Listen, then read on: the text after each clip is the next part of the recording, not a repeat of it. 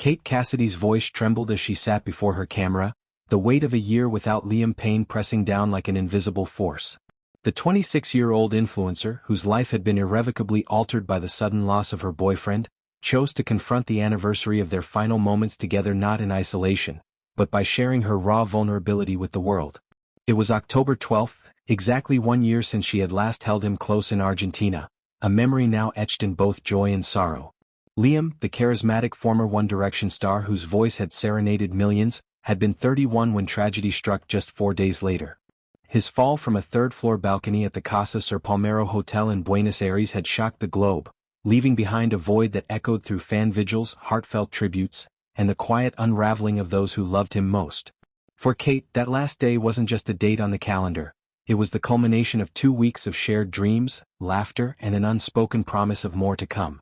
In the video, Kate's eyes, usually sparkling with the energy of youth and adventure, were shadowed by a numbness she described as otherworldly. "I come on here not to cry," she began, her words deliberate, as if speaking them aloud might anchor her drifting emotions. "I feel honestly extremely numb today. I woke up. I've actually weirdly never felt like this numb. I actually think somebody could slap me across the face and I wouldn't even be fazed." This confession wasn't performative. It was a window into the psychological labyrinth of grief, where the absence of feeling becomes its own torment. Kate had always been open about her life, her travels, her fitness routines, her unfiltered takes on love, but this was different. This was the unvarnished truth of surviving loss, of waking to a world that moves forward while your heart remains suspended in time. She explained that the numbness stemmed from a deliberate choice to protect herself, yet it underscored the depth of her pain. A year had passed, but the wound felt as fresh as the Buenos Aires humidity clinging to her skin that final afternoon. The couple's trip to Argentina had been a spontaneous extension of their bond, a 2-year romance that had blossomed amid the chaos of Liam's post-band life. They had arrived hand-in-hand for Niall Horan's concert, a nostalgic nod to Liam's One Direction roots, where the stage lights and roaring crowds reignited the spark that first drew them together. For Kate, it was more than a getaway, it was a reaffirmation of their partnership, filled with late-night talks about future plans, perhaps a home with a yard for their rescue dog Nala, or quiet escapes from the paparazzi's glare. Those 2 weeks were a tapestry of stolen kisses in hidden cafes, sunset walks along the Rio de la Plata, and dreams whispered under starry skies. Liam, ever the charmer with his boyish grin and soulful eyes, had made her feel like the center of his universe, a refuge from the pressures that had long haunted him. Kate, in turn, brought lightness to his days, a yoga session here, a spontaneous dance party there, reminding him that life could be playful even after the spotlight dimmed. As the day of her departure dawned, the air in their rented apartment hung heavy with reluctance.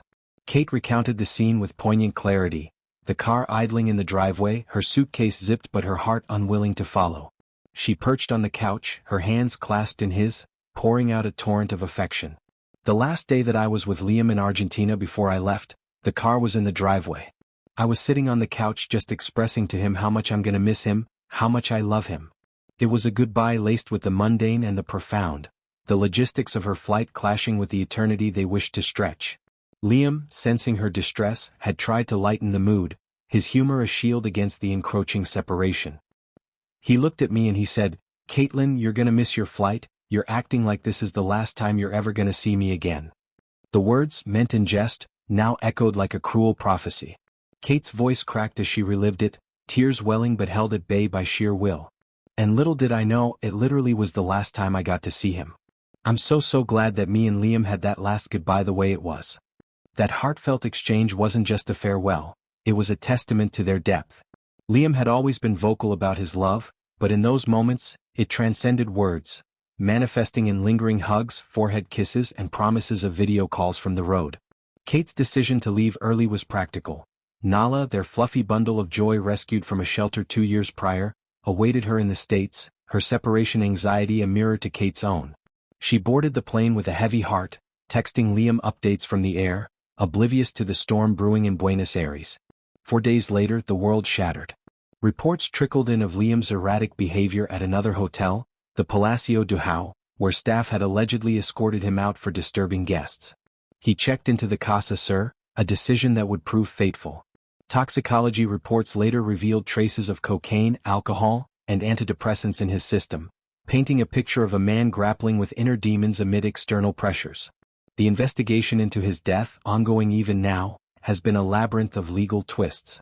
Initial charges of manslaughter against a friend, the hotel operator, and a receptionist were dropped, shifting focus to 2 employees accused of supplying cocaine. Over 800 hours of CCTV footage, seized phones and laptops paint a fragmented timeline. Liam carried from the lobby, a manager's frantic call about a room in disarray, and then the unimaginable, a thud in the courtyard, an ambulance's wail. Polytrauma, multiple blunt force injuries, was the official cause, a clinical term that belies the human devastation. Fans worldwide mourned with candlelit vigils in London, New York, and Buenos Aires, their playlists heavy with "What Makes You Beautiful" and "Strip That Down." For Kate, the grief was private at first, a 2-month descent into depression where days blurred into numbness, her world reduced to the echo of his laughter. Emerging from that darkness required Herculean effort. At a recent mental health benefit, Kate shared how she clawed her way back, setting alarms to rise earlier, committing to workouts that burned away the fog, embracing clean eating as a ritual of self-care. "I finally realized, okay, I need to live my life, I need to get up, get out of bed." It wasn't linear, nights still brought tears, mornings a battle against inertia, but she reframed her days for Liam. "I like to always be up early, have a workout class planned, go for a nice walk, eat cleaner. I feel like, for me, being active always keeps my mind so much cleaner and healthier." This wasn't denial, it was defiance, a way to honor the man who lit up any room with his sweetness and humor. He was just so sweet, so funny.